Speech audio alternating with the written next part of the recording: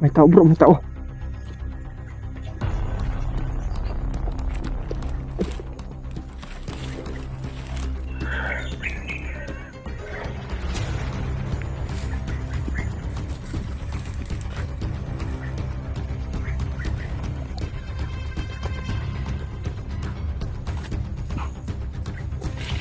Bro, Uy, kala namin kung sino bro.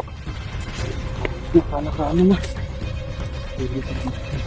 Bro, ingat ka bro, may mga tao dun bro. Magtatawanan bro. Yan. Dito na si Maui. Yan.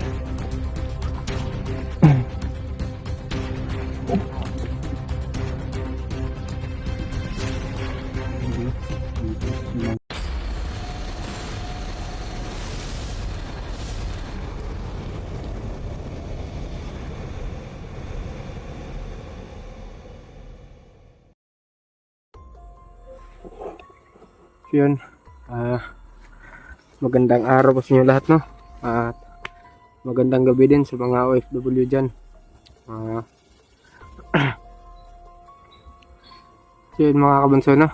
Kakarating lang po namin dito sa bundok dahil po kagabi po bumaba kami, no?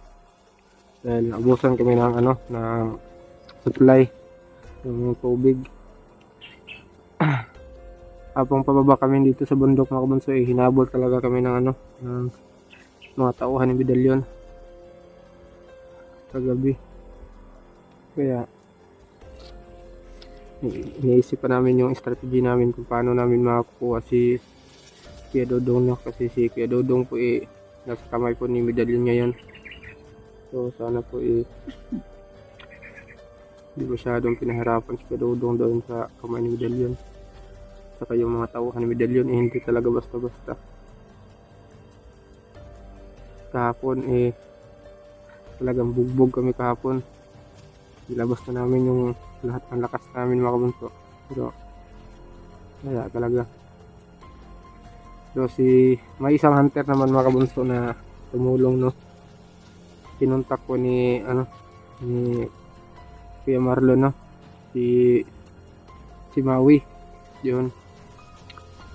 Pupunta na po si Maui sa amin. Nagbigay lang kami ng location kung saan kami magkita-kita. So, mamaya daanan namin si Maui, no. Pupunta kami sa location kung saan namin yung binigay.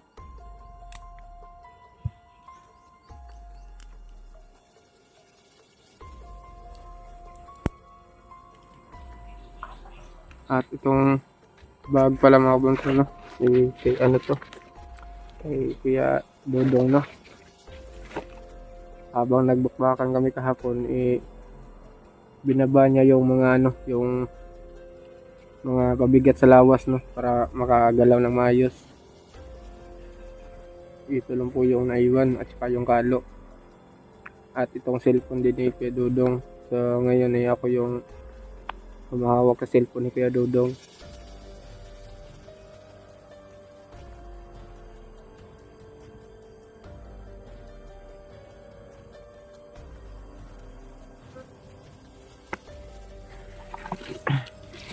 Di na kami nakalapit sa kay Kuya Dodong kahapon mga kabunso dahil paglalapit kami yung mga tauhan niya kami yung pinupunteriya para hindi kami makalapit. Kumbaga humaharang yung mga tauhan niya para hindi namin makuha agad si Kuya Dodong. Grabe, sobrang lakas pa naman.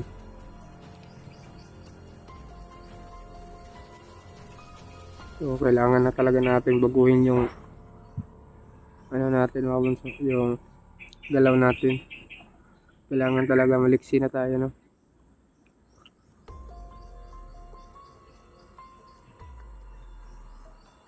At sa mga team ni Kuya Dodong dyan, pasensya na po kayo, no, dahil po dahil doon sa labanan na yun nakuha pa siya. Pero huwag kayong mag-alala mga kabradodong dyan at mga kabunso. Hindi kami bababa dito sa bundok hanggat di namin kasama si kuya, no? Yun, yan yung pangako ko sa inyo mga kabunso.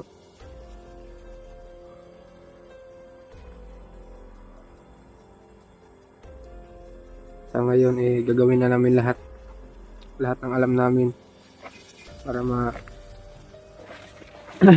ma-rescue namin si Dodong, no? Dahil po panigurado pinahirapan yun sa kamay ni Medalyon ngayon.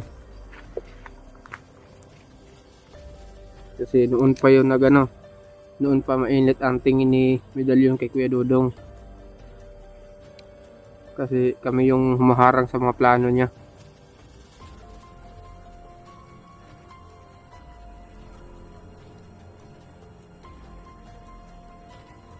So, sana makita agad natin si Maui, no? Para apat na kami pupunta doon sa lungga ni Medalyon ngayon.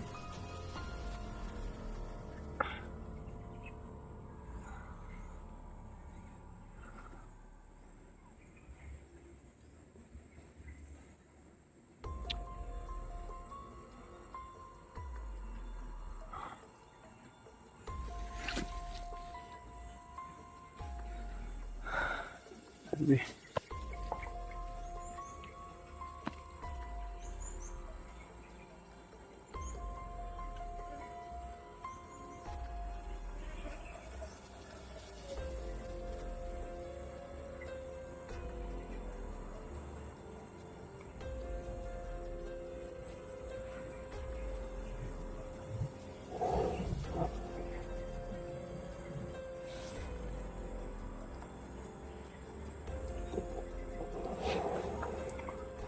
Andun lang po sila, no? Sila Max Tom at si Julius, no? Andun lang po banda, no?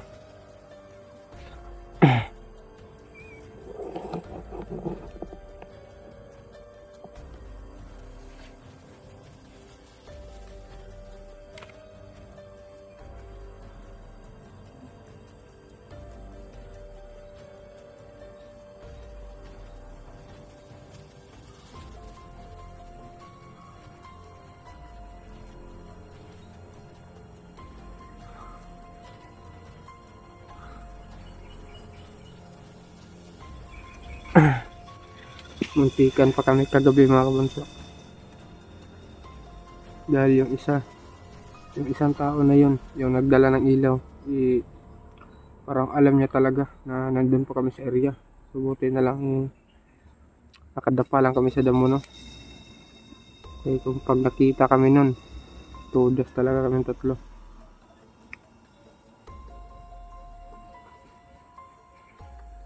Hindi lang nakita sa video yung iba mga kabunso, yung walang mga ilaw, no? Ang nakita lang po doon yung may madalang ilaw. Mas marami pa yung walang ilaw na dala kaysa sa may ilaw. Ano bro?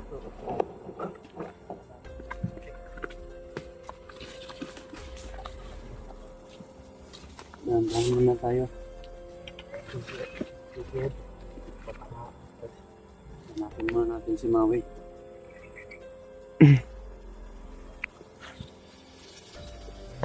So, nasend mo na yung location bro, kung saan tayo makikita-kita bro.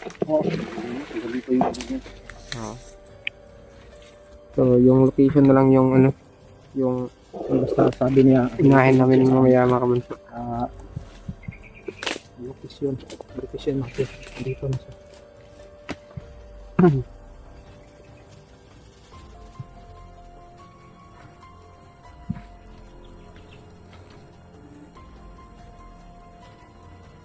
So, nag-aabang ko tayo doon bro, sa location na binigay mo.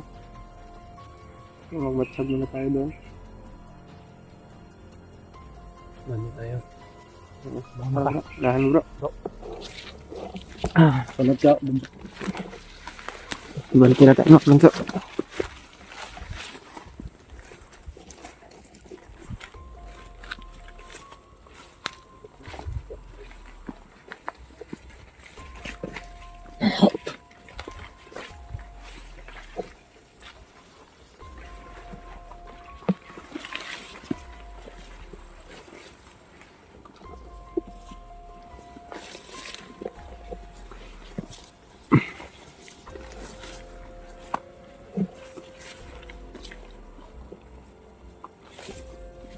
pumunta yung sinabi ko sa iyo. Ha? Sige. Yung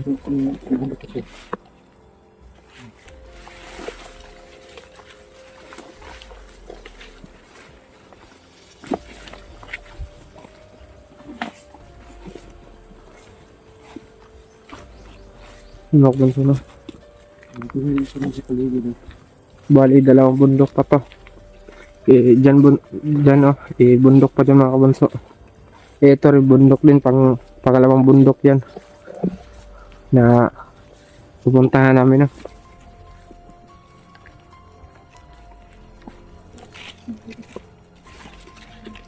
Kasi panigurado mga kabunso, nilayo yun ni medalyon si Bradodong no.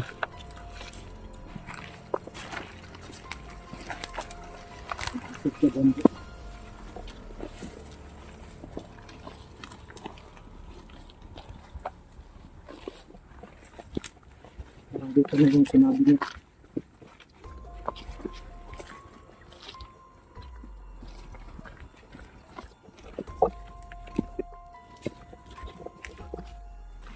Dito sinabi. Clear muna natin yung area bro. Gagawin muna natin yung mga katawan natin. Nagawa din yung aura niya. Dito tayo.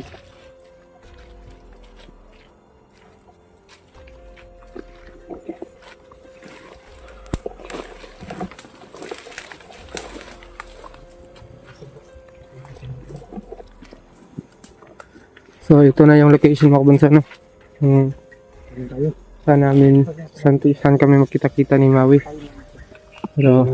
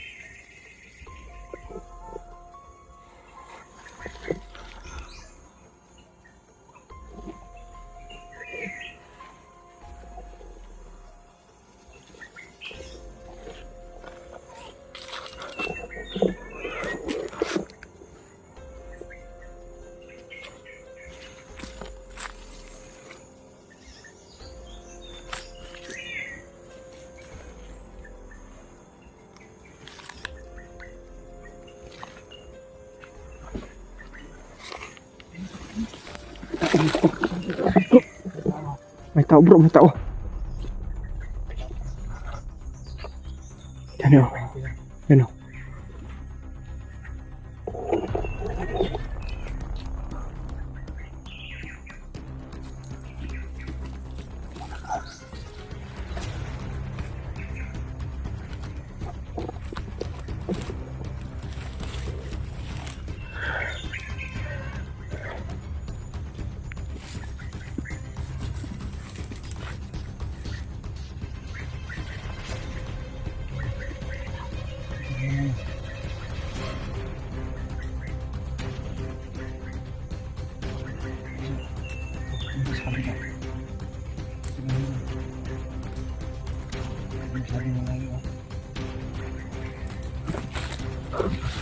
So, huwag kami kabunso. Wala ko pumuntahan dito mga kabunso. Ito banda. Diyan banda mga kabunso. Ito na yung tapak ng tao. Pero, iba namin kung tao ba talaga yun, pero iba yung ano niya, iba yung binibigay na aura niya. Ano ngayon, tanghaling tapat niya mga bunso.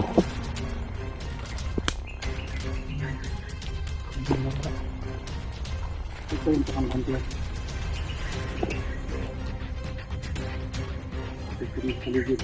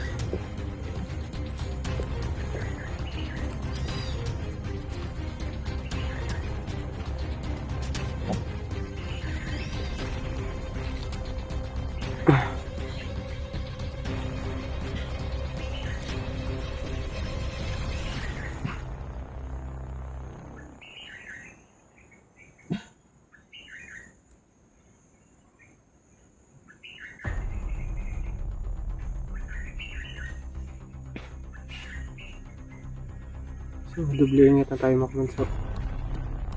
Kasi hindi na to basta-basta yung mga kalaban natin.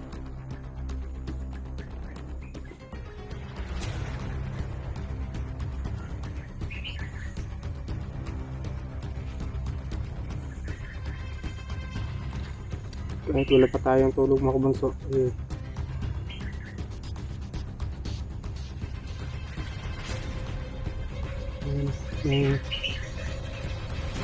nagsasalita dito banda.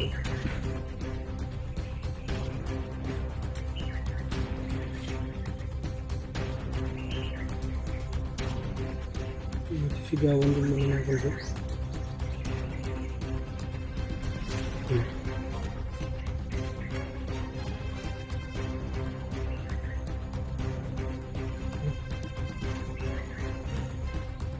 May mga tao dun banda bro.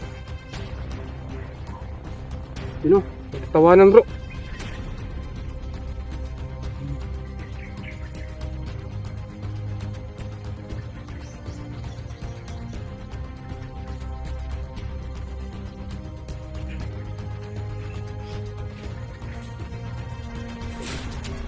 Mga tao dun banda mga boss, tawanan. Alam ko kung anong ginagawa nila. Pero maya maya ipuntahan natin. Makasigurado tayo na kung anong ginagawa nila dun.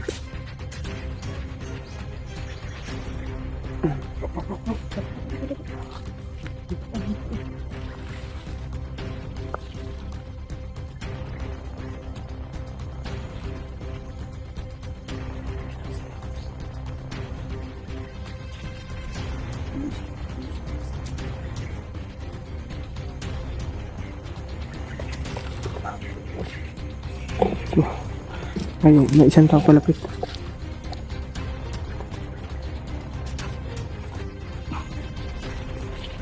Bro, Uy, kala namin kung sino bro. kala ka ano na. Bro, ingat ka bro, may mga tao dun bro. Magtatawanan bro. Kasi, dito na si Maui. Yan.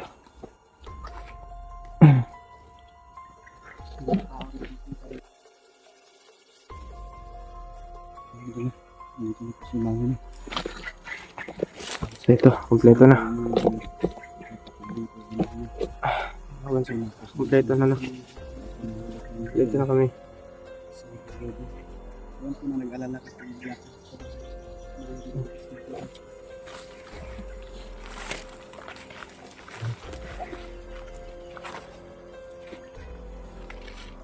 Problema na siya kasi makuha si Bradudo. Yan yung pag-iisipan natin yung paano natin makuha si Bradudo sa kanila nito. Ito yung plano yung gagawin natin ngayon. Yan ang makita natin si Bradudo ngayon. Ipilitin natin kunin siya.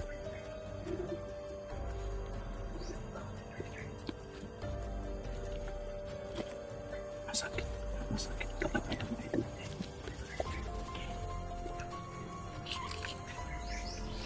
Kaya kailangan natin makuha siya agad. Kasi baka kung anong gagawin ni Medallion sa kanya. Talagang pinahirapan niya yun bro. Wala ka hindi. Nasa kamay na ni Medallion si Kuya Dudong. Hindi tayo papayag na hindi natin makuha. Kailangan kukunin sa agad natin siya. Oo. Kasi kung matagalan pa na bago natin siya makuha, baka kung ano na mangyari sa kanya doon sa kanila ni Medallion. Kaya bro eh.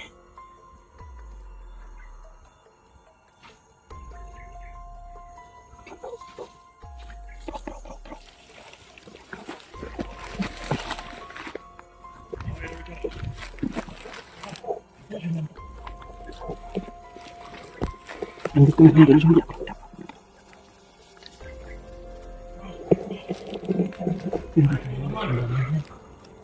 Pero ako Ano ba yung Medallion na sinasabi niyo? oh. Yan ang bro. Yan ang bro. Malakas yan bro. Commander Rawi. Oh, Yung sorry na. hindi na pwede biyaan ang kamantay nila. Oh,